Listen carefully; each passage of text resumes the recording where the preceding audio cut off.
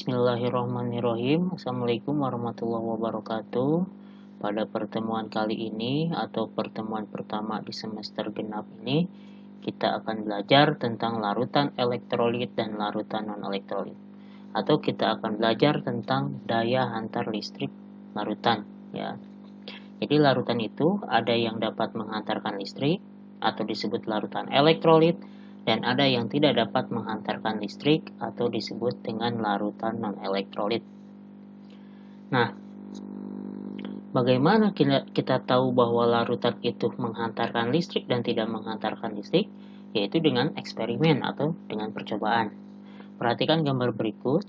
Ya, di sini ada beberapa zat cair, ya, cairan ataupun larutan yang sering kita temui dalam kehidupan sehari-hari.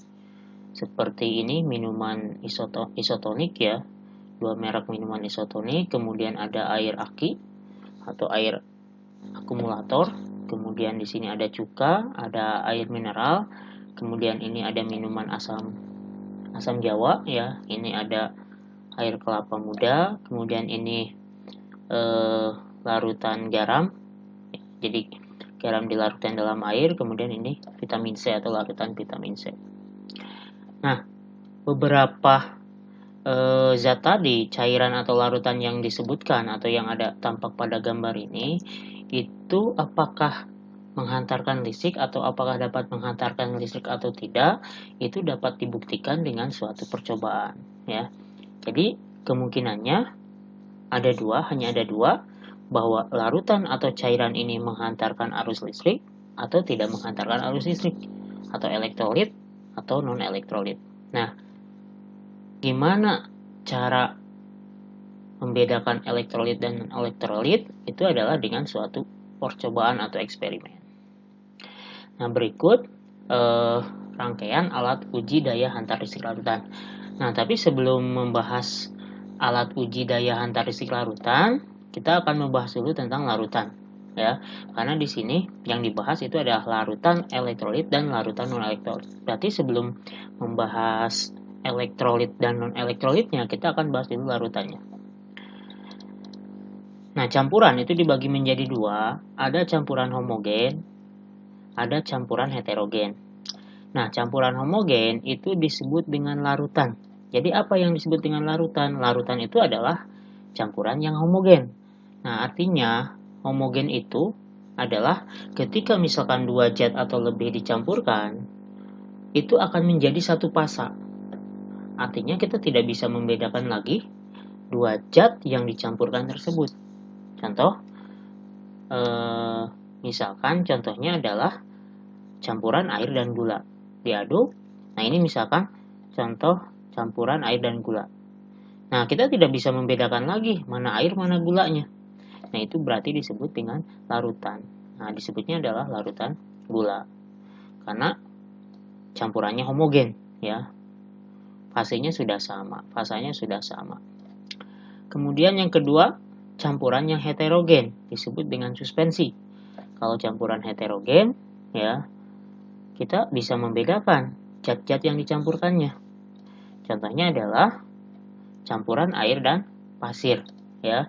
Nah, diaduk ini misalkan air dan pasir dicampurkan, diaduk sekuat apapun atau dipanaskan, air dan pasir tetap tidak akan larut atau tidak akan menyatu. Masih bisa dibedakan mana air mana pasir, maka itu disebut dengan suspensi. Ya, jadi belum tentu dua zat yang dicampurkan misalkan dimasukkan ke dalam air itu jadi larutan. Ya, syarat larutan itu harus homogen, ya. Oke, itu tentang larutan. Nah, berikut gambar alat dari uji daya hantar listrik larutan atau alat untuk menguji apakah larutan ini elektrolit atau non-elektrolit.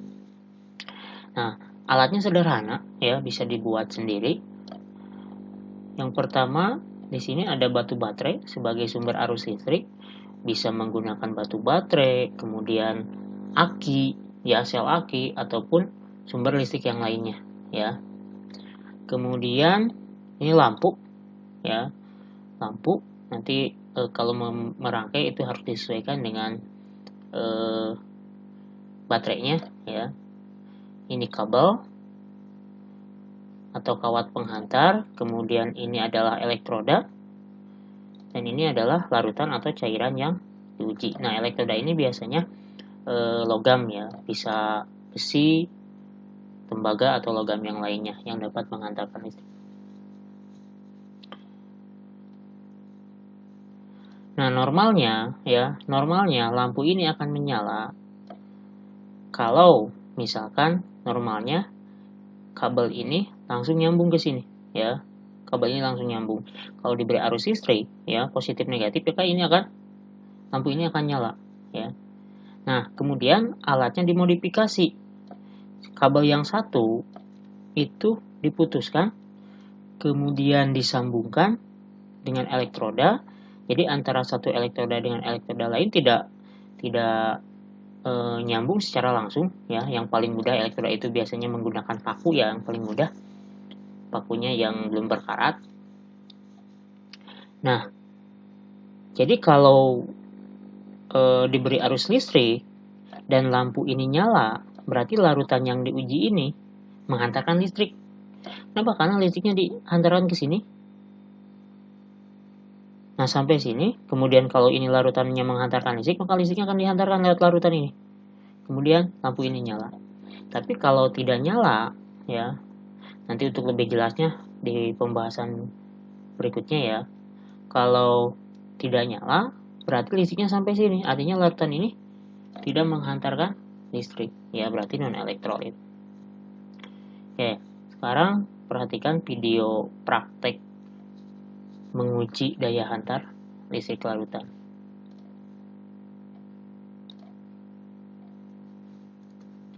Nah, ini misalkan yang pertama yang diuji adalah larutan garam ya, atau air garam. Nah, ini larutannya, ini lampu yang tadi. Nah, ini sumber arusnya menggunakan batu baterai. Nah, kemudian dicelupkan elektrodanya ini menggunakan paku. Oke, perhatikan kabel yang satu itu tidak nyambung secara langsung ya, tapi disambungkan oleh larutan ini. Nah, ternyata lampunya nyala. Dan kemudian perhatikan di sini di elektroda ini terdapat gelembung-gelembung gas. Nah, ini lampunya menyala. Nah, kalau lampunya menyala, kemudian terdapat gelembung gas di elektrodanya, berarti itu adalah larutan tersebut menghantarkan listrik atau elektrolit. Kemudian yang kedua, misalkan ini air keran. Nah, dites dulu. Nah, kalau si dua elektrodanya disambungkan langsung, pasti nyala ya, karena terdapat arus listrik di situ, sumber arus ya, dan listrik tersebut akan dihantarkan oleh dua logam paku ini kalau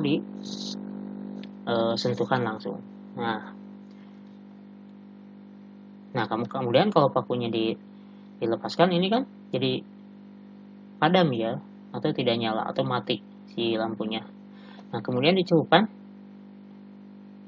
itu tadi hanya untuk mengetes aliran listriknya. Nah, kemudian dicelupkan ke air keran yang akan diuji. Nah, ternyata beda dengan larutan garam ya, si air keran ini tidak menghantarkan listrik ya, karena lampunya tidak nyala. Kemudian di sini juga tidak ada gelembung gas ya. Berarti kesimpulannya bahwa air keran itu tidak menghantarkan listrik. Nah, kemudian gula, kemudian ini pakunya dites lagi ya, ternyata masih nyala. Kalau disentuhkan ya, kemudian dipisahkan, mati. Nah, kemudian si paku ini dicelupkan ke dalam larutan gula, ternyata tidak menyala, dan di elektrodanya, di pakunya tidak terdapat gelembung gas. Berarti kesimpulannya air gula itu tidak menghantarkan arus listrik atau non elektrolit. Oke, berikutnya cuka ya. Cuka.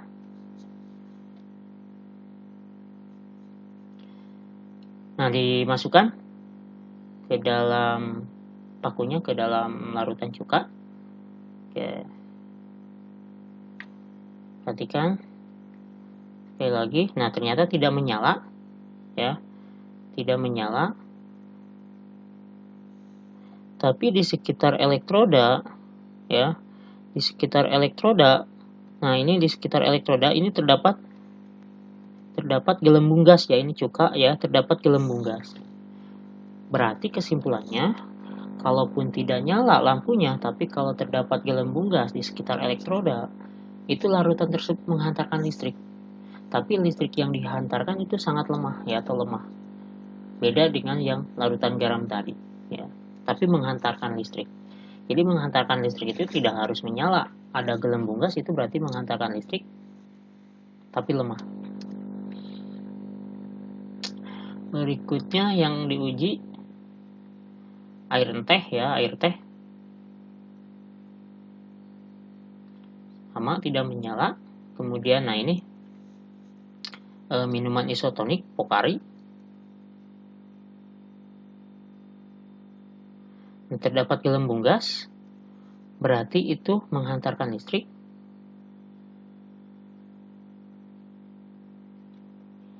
Walaupun nah ini Pocari ya, sekali lagi walaupun tidak nyala tapi terdapat gelembung gas ya. Jadi kesimpulannya ini elektrolit walaupun lemah. Oke. Jadi itu cara menguji apakah larutan itu elektrolit atau non elektrolit.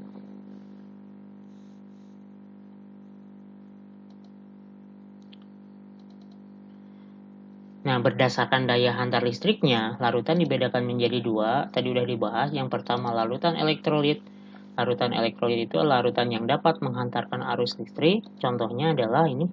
Nah, ini contoh ini semuanya sudah diuji ya, menghantarkan arus listrik. Yang pertama, larutan garam dapur atau NaCl rumusnya. Semuanya dalam bentuk larutan ya, karena ini yang dibahas adalah larutan. Yang kedua, larutan asam klorida atau HCl. Ya, HCl itu kalau dalam kehidupan sehari-hari ada dalam lambung atau yang disebut dengan asam lambung ya. Salah satu contohnya adalah asam lambung. Kemudian larutan asam sulfat H2SO4, salah satu contohnya adalah digunakan sebagai air aki atau air akumulator.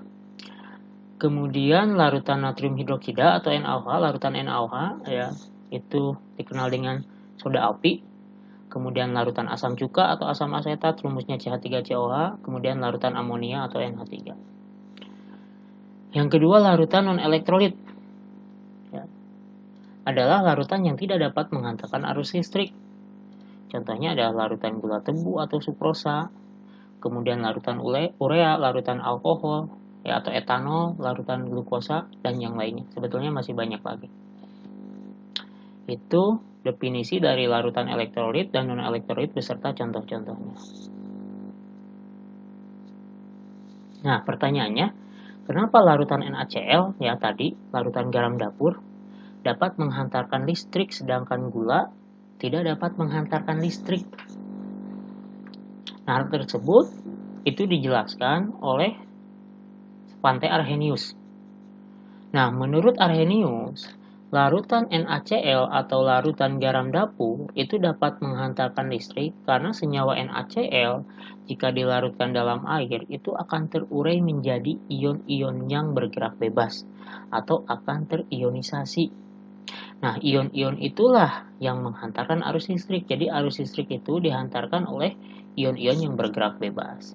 Sedangkan larutan gula ya itu tidak dapat terurai menjadi ion-ion dan tetap sebagai molekul netral, sehingga tidak ada partikel yang dapat menghantarkan listriknya. Jadi itu penjelasan kenapa elektrolit itu menghantarkan listrik, ya, dan kenapa non-elektrolit itu tidak dapat menghantarkan listrik. Atau secara umum, menurut Arrhenius, larutan elektrolit dapat menghantarkan listrik karena mengandung ion-ion yang dapat bergerak bebas. Ion-ion itulah yang menghantarkan arus listrik melalui larutan. Oke, perhatikan animasinya.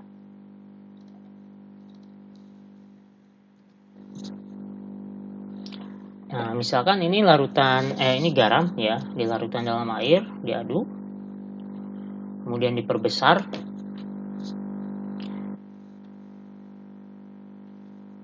Nah, garam ya, itu berbentuk padat.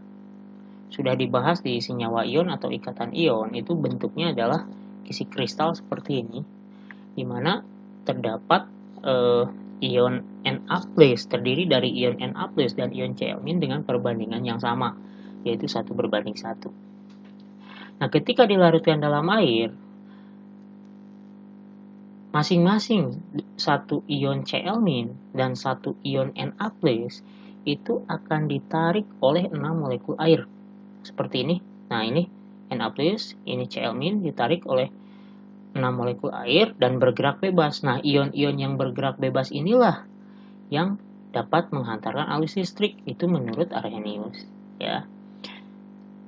Atau yang disebut dengan terionisasi di dalam air, ya. Jadi ion-ion yang bergerak bebas inilah yang dapat menghantarkan arus listrik.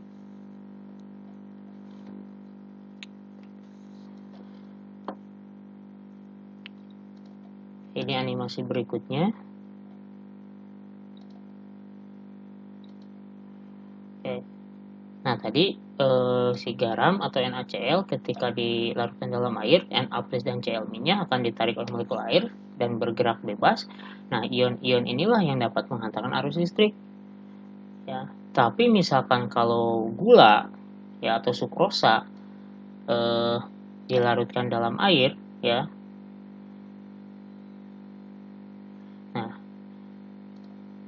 Nah, ini sukrosanya misalkan dilarutkan dalam air. Nah, si sukrosa atau gula ini, molekul gula ini tidak dapat terion, ya, tidak menjadi ion, tetap sebagai molekul sukrosa ini, ya, atau molekul gula ini. Jadi tidak ada ion untuk menghantarkannya. Jadi yang menghantarkan listrik itu adalah ion-ion yang bermuatan listrik, ya, yang bergerak bebas. Sedangkan molekul gula itu tidak menjadi ion-ion, ya. Jadi tidak dapat menghantarkan listrik.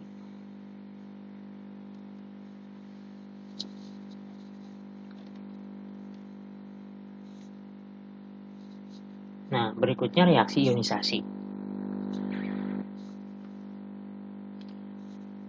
Reaksi ionisasi adalah reaksi penguraian suatu senyawa menjadi ion-ion pembentuknya. Nah, artinya reaksi ionisasi itu terjadi karena dilarutkan dalam air, ya. Contoh, tulis reaksi ionisasi untuk NaCl, BaCl2, dan Al2O3. Nah, contoh yang pertama itu adalah reaksi ionisasi untuk senyawa biner. Senyawa biner itu adalah senyawa yang terdiri dari dua atom, hanya terdiri dari dua jenis atom, ya. Maaf ya, dua jenis atom atau dua jenis unsur. Nah, kalau NaCl itu terdiri dari dua jenis unsur, yaitu Na dan Cl. Ini BaCl2, Ba dan Cl, Al2O3, Al dan O. Nah, itu biner disebutnya. Nah, yang pertama, NaCl. Reaksi ionisasi itu penguraian. Kalau penguraian itu suatu senyawa diuraikan menjadi ion pembentuknya, karena ini ionisasi. Nah, caranya, ya, kita harus tahu bahwa NaCl ini terdiri dari dua jenis atom, yaitu natrium atau Na dan klor atau Cl. Sehingga kalau diuraikan, maka NaCl terurai menjadi Na dan Cl. Yang namanya ionisasi, ya, terurai itu menjadi ion-ionnya. Yang namanya ion itu ada muatannya, positif dan negatifnya. Nah, untuk mengetahui muatan untuk senyawa biner, dari mana kita mengetahui muatan? Yaitu dari sistem periodik unsur. Contoh misalkan gini. Nah, berapa muatan Na di sini? Kita cari dulu atau buka sistem periodik unsur. Nah, Na ini letak Na di sini. Na terletak di golongan 1A. Artinya golongan 1A di semester pertama, kenapa golongan 1A? Karena elektron valensinya 1. Kalau elektron valensinya 1, maka Na cenderung melepaskan 1 elektron. Kalau melepaskan 1 elektron, berarti cenderung menjadi ion bermuatan positif 1. Nah, maka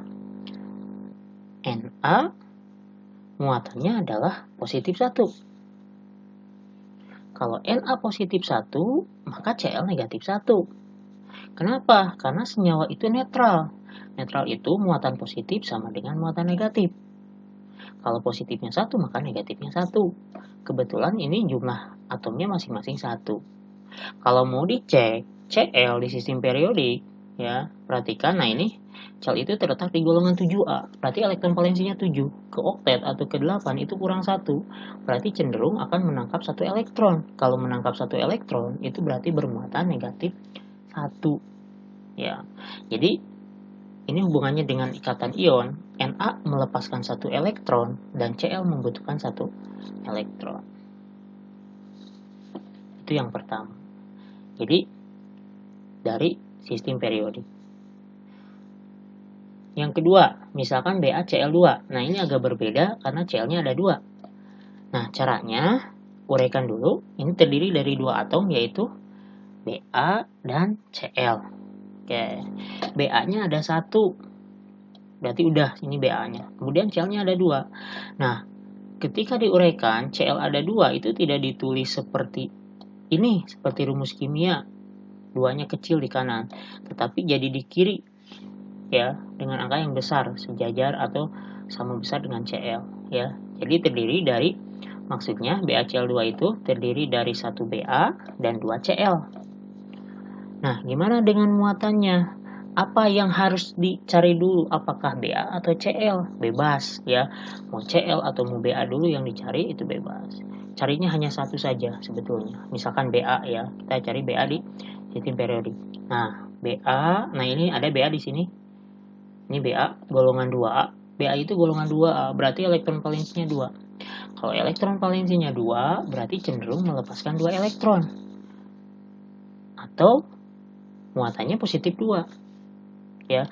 Jadi Ba itu muatannya positif 2. Kalau positifnya 2, maka negatifnya 2. Nah, Cl itu negatif 2. Bukan negatif 2 itu 1 Cl-nya negatif 2. Tapi negatif 2 itu totalnya. Artinya 2 Cl ini negatif 2 totalnya. Berarti untuk 1 Cl-nya ya negatif 1. Nah, kenapa negatif 1? Karena Cl-nya ada 2. Jadi kalau dikalikan negatif 1 kali 2 itu negatif 2. Sama dengan Ba positif 2. Atau kalau di ikatan ion itu gini. Ba melepaskan 2 elektron. Sementara Cl membutuhkan 1. Artinya si Cl-nya harus ada 2. Jadi Cl itu tetap negatif 1, cuma jumlahnya ada 2. Jadi kalau secara keseluruhan ya negatif 2. Nah, itu cara menuliskan reaksi ionisasi. Contoh yang ketiga. Al2O3. Nah, terurai menjadi Al. Al-nya ada 2. Kita tulis 2 plus O. O-nya ada 3. Nah, saya contohkan ini mencari muatannya dari O, ya. Ya, dari yang negatif. Bisa dari Al, bisa dari O sebetulnya. Oke, sekarang dari O saja. Kita cari muatan O di sini. Nah, ini O terletak di golongan 6A. 6A itu ke 8, ya, atau ke oktet itu membutuhkan 2 atau harus menangkap 2. Sehingga O muatannya negatif 2. Oke. Secara keseluruhan negatifnya itu negatif 6. Karena jumlah O-nya ada 3. Negatif 2 dikali 3 negatif 6. Maka positifnya harus positif 6. Si Al itu. Tapi positif 6 itu jumlah total. Ya. Positif 6 untuk 2. Jadi untuk satunya ya positif 3. Ya.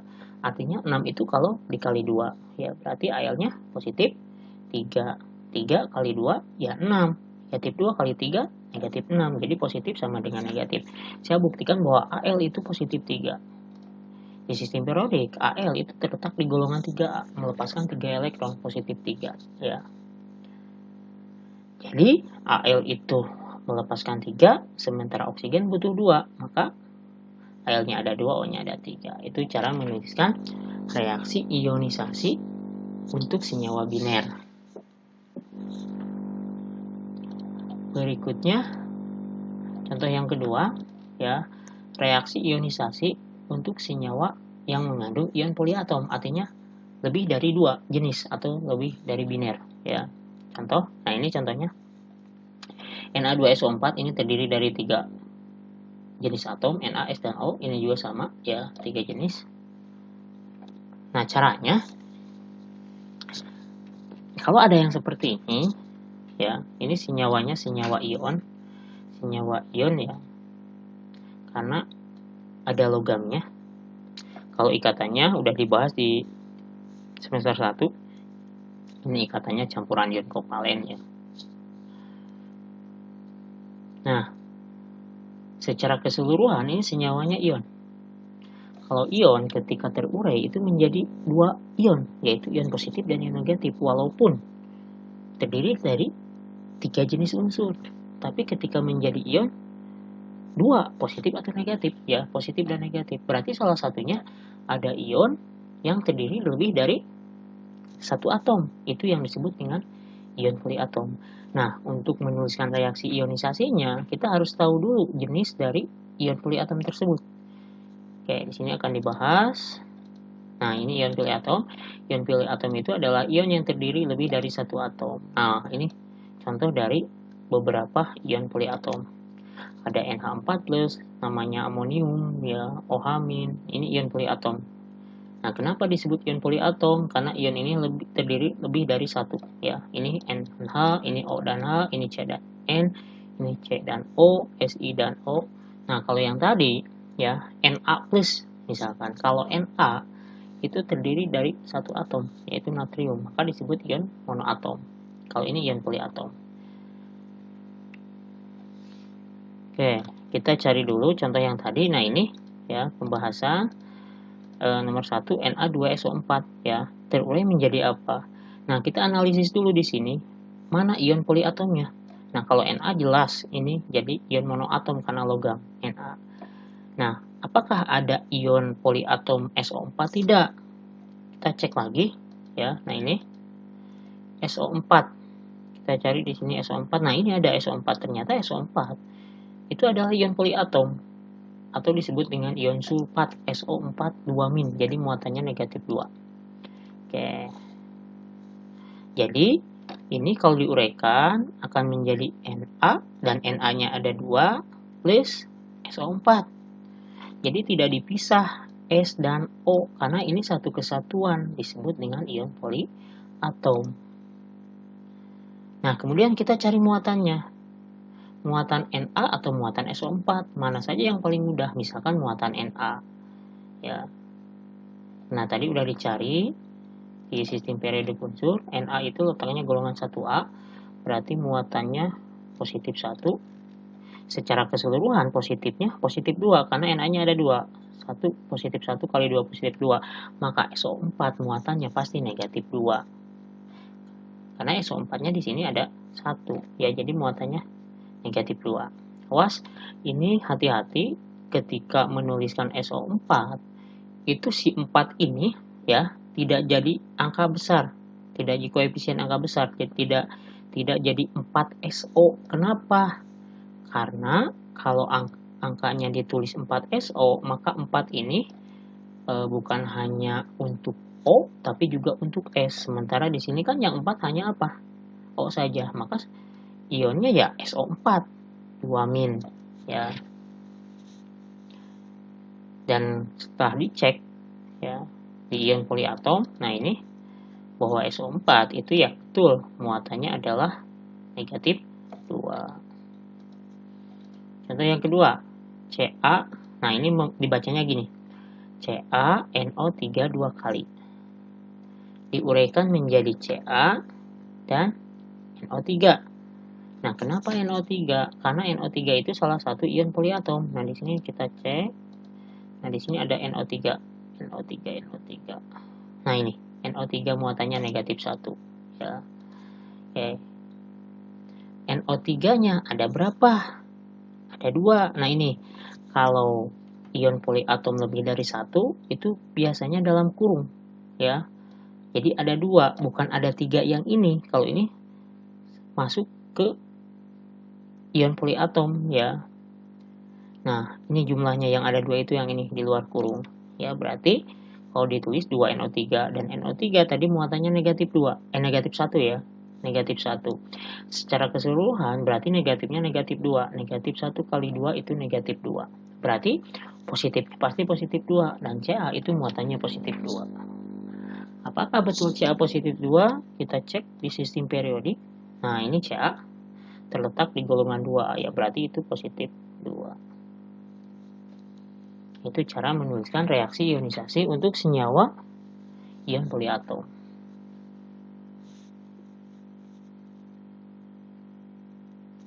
Berikutnya, ada yang disebut dengan elektrolit kuat dan elektrolit lemah. Nah, pada konsentrasi yang sama, ya, atau konsentrasi itu nanti dibahas di bab berikutnya, ya. Konsentrasi itu artinya zat yang dilarutkannya itu sama, ya, banyaknya sama, molnya sama. Elektrolit kuat itu memiliki daya hantar listrik yang lebih baik daripada elektrolit lemah. Nah, banyak sedikitnya elektrolit yang mengion itu dinyatakan dengan derajat ionisasi atau lambangnya alfa. Alfa sama dengan jumlah zat yang mengion dibagi jumlah zat mula-mula. Oke, 1 misalkan. Nah, gimana cara membedakan elektrolit kuat dan elektrolit lemah? 1, kalau menggunakan alat berupa lampu yang tadi, ya, maka bisa dideteksi atau diidentifikasi dari nyala lampunya. Kalau elektrolit kuat itu nyala lampunya terang. Kalau elektrolit lemah itu nyala lampunya redup atau tidak menyala. Ya. Nah, kalau non elektrolit itu tidak menyala sama sekali. Jadi tidak menyala, ya, tidak menyala itu bukan berarti non elektrolit. Bisa saja elektrolitnya lemah. Gimana membedakan tidak menyala elektrolit lemah dan non elektrolit? Yaitu dari gejala yang kedua atau ciri-ciri yang kedua, yaitu gelembung gas di sekitar elektroda. Nah, kalau elektrolit kuat itu gelembung gas yang dihasilkan banyak, kalau elektrolit lemah itu gelembung gas yang dihasilkannya sedikit. Jadi, kalau tidak menyala tapi ada sedikit gelembung gas, itu adalah elektrolit lemah. Nah, kalau tidak ada gelembung gas sama sekali dan tidak menyala, berarti kesimpulannya adalah non-elektrolit. Yang ketiga, derajat ionisasi atau alfa. Nah, kalau elektrolit kuat, derajat ionisasinya sama dengan 1. Artinya sama dengan 1 itu terionisasi sempurna. Terionisasi sempurna itu menjadi terionisasi semuanya atau menjadi ion semuanya, ya, atau 100%, ya. Sedangkan kalau elektrolit lemah, derajat ionisasinya dari 0 antara 0 sampai dengan 1, ya, artinya di bawah 1. Kalau di bawah 1 berarti di bawah 100%, artinya tidak semuanya terion, maka di sini terionisasinya sebagian, ya. Nanti cara mencari derajat ionisasi, yaitu kalau sudah dipelajari konsep mol. Nah, kalau non-elektrolit itu derajat ionisasinya 0. Artinya kalau derajat ionisasinya 0 itu yang terionnya 0%. Artinya kalau 0% tidak ada yang terionisasi. Contohnya seperti yang gula tadi. Nah, contoh elektrolit kuat, larutan garam dapur, kemudian asam klorida, asam sulfat, asam nitrat, NaOH, MgOH 2 kali, dan yang lainnya, ya. Contoh elektrolit lemah, asam cuka, asam klorida, asam sianida, asam karbonat, asam fosfat, amonia, dan aluminium hidroksida. Contoh larutan non-elektrolit, gula, urea, etanol atau alkohol, ya, dan larutan glukosa. Itu adalah contoh larutan non-elektrolit.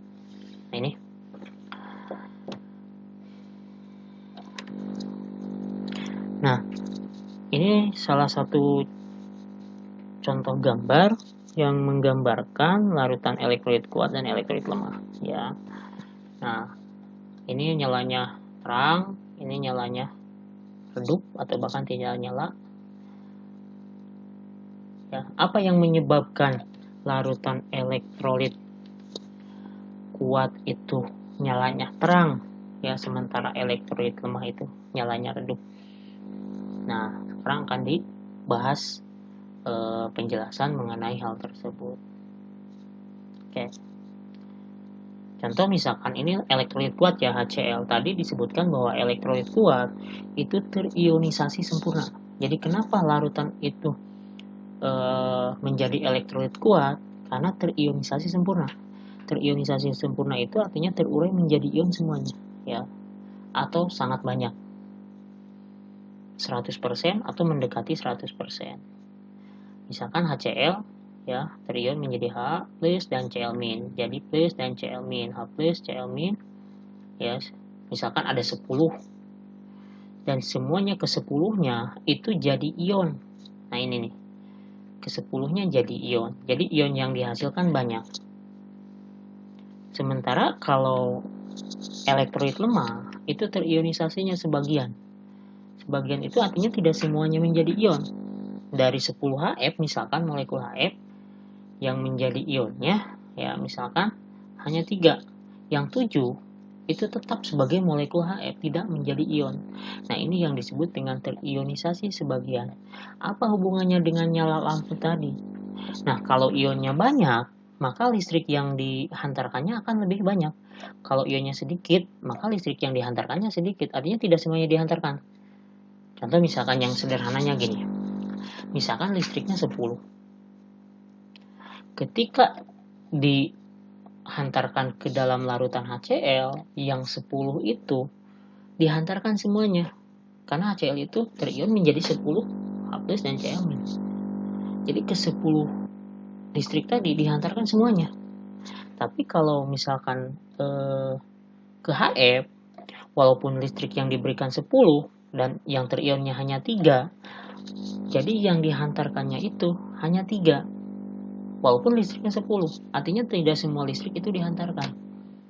Ya, sehingga karena listriknya tidak maksimal, ya, maka nyalanya redup bahkan tidak menyala sama sekali. Jadi itu penjelasan elektrolit kuat dan lemah terhadap nyala lampu, ya. Nah, ini ilustrasinya. Ini kalau elektrolit kuat, ion yang dihasilkan lebih banyak sehingga penghantarnya pun lebih banyak. Kalau ini elektrolit lemah, ionnya sedikit. Kalau ini non elektrolit, tidak ada ion sama sekali. Nah, senyawa-senyawa elektrolit dan non-elektrolit. 1. Senyawa ion. Dalam kristal padatan, ion-ion tidak dapat bergerak bebas ya, karena rapat ya. Isi kristal rapat atau diam pada tempatnya. Oleh karena itu, padatan senyawa ion tidak menghantarkan listrik. Contohnya adalah garam dapur. Garam dapur dalam bentuk padatan itu tidak dapat menghantarkan listrik. Akan tetapi, jika senyawa ion dilelehkan atau dilarutkan dalam air, ion-ion tersebut bergerak bebas sehingga lelehan dan larutan senyawa ion dapat menghantarkan listrik. Jadi, perbedaan antara lelehan dengan larutan, kalau lelehan itu tidak dicampur air, artinya dipanaskan sampai meleleh. Kalau larutan, itu si garamnya dicampur air. Yang kedua, senyawa kovalen polar. Beberapa zat atau berbagai zat dengan molekul polar seperti HCl dan CH3COH atau asam cuka, jika dilarutkan dalam air dapat mengalami ionisasi sehingga larutannya dapat menghantarkan listrik. Hal itu terjadi karena antar molekul polar tersebut terdapat suatu gaya tarik-menarik yang dapat memutuskan ikatan-ikatan tertentu dalam molekul tersebut. Jadi beberapa senyawa kovalen polar itu kalau dilarutkan dalam air dapat terionisasi sehingga larutannya adalah elektrolit. Contohnya adalah asam ya. Contohnya adalah larutan asam. Itu elektrolit dan itu adalah senyawa kovalen polar. Kemudian senyawa kovalen non-polar. Semua senyawa, ya ini maksudnya semua senyawa kovalen non-polar baik dalam keadaan gas, cair, padat ataupun larutannya tidak menghantarkan arus listrik ya. Jadi kalau kovalen non-polar itu non-elektrolit. Nah, sebagian besar dari senyawa kovalen polar dalam larutannya itu menghantarkan listrik. Tapi kalau dalam bentuk padatan, lelehan, itu tidak dapat menghantarkan listrik untuk senyawa kovalen polar ya, hanya dalam bentuk larutannya saja.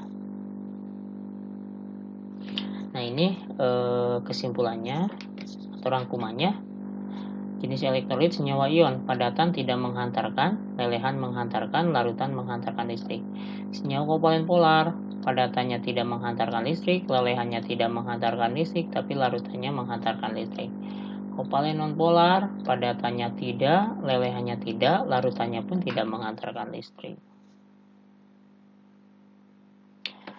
Berikutnya pembahasan soal ujian. Nah, pembahasan soal yang soal-soal elektrolit dan non-elektrolit yang sering keluar di ujian. Nomor 1, ya ini yang pertama, soal pertama. Perhatikan gambar uji daya hantar listrik 3 jenis larutan. 1, 2, 3. Pertanyaannya adalah urutan kekuatan daya hantar listrik ketiga larutan tersebut mulai dari yang terkuat ke yang terlemah adalah yang terkuat ke yang terlemah. Jadi ini sebetulnya cukup mudah. Ciri-ciri yang terkuat, ya, yang elektrolit kuat itu tadi kan nyalanya terang. Nyala lampunya terang, kemudian banyak gelembung gas. Itu paling kuat. Nah, berarti yang paling kuat itu nomor 1. Yang paling lemah, atau kalau di sini gambar yang paling lemah itu yang nomor 3. Artinya tidak menghantarkan. Tidak nyala, tidak ada gelembung. Nah, kalau yang nomor 2 itu elektrolit lemah. Jadi, kalau diurutkan dari yang terkuat ke yang terlemah itu adalah 1, 2, 3. Jadi jawabannya adalah E. Nomor berikutnya. Data hasil pengamatan terhadap beberapa sampel air limbah adalah sebagai berikut. Ada 5 larutan, ini alfa atau derajat ionisasi. Ya, semakin besar derajat ionisasi, itu semakin kuat daya hantar listrik larutannya. Ya, karena semakin besar derajat ionisasi, semakin banyak ion yang dihasilkan. Tes nyala lampu, pengamatan lain berupa gelembung gas. Pertanyaannya adalah larutan yang merupakan elektrolit kuat. Nah, di sini jawabannya 2. Kita cari yang elektrolit kuat. Dari tes nyala lampu itu sudah dapat diketahui sebetulnya sangat mudah. Cari yang terang. Berarti nomor 1 dan nomor 4. 1 dan 4. Atau cari yang alfanya atau derajat ionisasinya paling besar, yaitu yang ini 0,95 dan 0,87. Artinya terionnya 95%, interionnya 87%. Ya, ada gelembung gas, banyak ada gelembung gas. Jadi jawabannya 1 dan 4. Nomor berikutnya. Perhatikan data sifat listrik dari 2 buah zat berikut. Nah, pertanyaannya adalah, berdasarkan data tersebut, jenis ikatan yang terdapat pada senyawa P dan Q berturut-turut adalah, nah ini P dan Q, titik leleh diketahui, daya hantar listrik lelehan dan larutan ini diketahui. Oke, cara menganalisisnya adalah, ini ada hubungannya dengan sifat dari senyawa ion dan kovalen di semester pertama. Ini titik P, itu titik lelehnya negatif, sementara Q titik lelehnya 810, ya positif. Jadi titik lelehnya besar, titik lelehnya sangat kecil. Nah, berdasarkan sifatnya, yang memiliki titik leleh besar itu adalah sifat dari senyawa ion. Jadi Q itu sudah pasti senyawa ion, karena titik lelehnya besar. Ini yang ditanyakan berturut-turut. Yang kedua ya, berturut-turut. Berarti senyawa ion, kita cari senyawa ion di yang kedua, yaitu nomor E dan nomor C. Oke. Nah, mana jawaban yang betul? Nah, kalau C, si P-nya kovalen polar, dan nomor E, si C-nya adalah, si P-nya adalah hidrogen. Tidak ada senyawa jenis hidrogen, maksudnya mungkin di sini adalah yang memiliki ikatan hidrogen. Oke, kita analisis. Di sini lelehannya tidak menghantarkan. Kalau Q menghantarkan, yang lelehannya menghantarkan tadi itu ikatan ion jelas, ini yang tidak menghantarkan ini kovalen. Nah, jadi jawabannya kovalen si P itu. Tapi kovalennya apakah polar atau non polar? Oke, kita larutannya. Nah, larutannya menghantarkan. Kalau larutannya menghantarkan, itu kovalennya pasti kovalen polar. Karena kalau non-polar itu tidak menghantarkan. Jadi jawabannya adalah kovalen polar dan ion. Ya, jadi jawabannya C. Itu soal-soal yang sering keluar di ujian materi elektrolit dan non-elektrolit. Nah, pertemuan kali ini cukup ya, nanti tugasnya dikerjakan di web pembelajaran. Kurang dan lebihnya mohon maaf. Wassalamualaikum warahmatullahi wabarakatuh.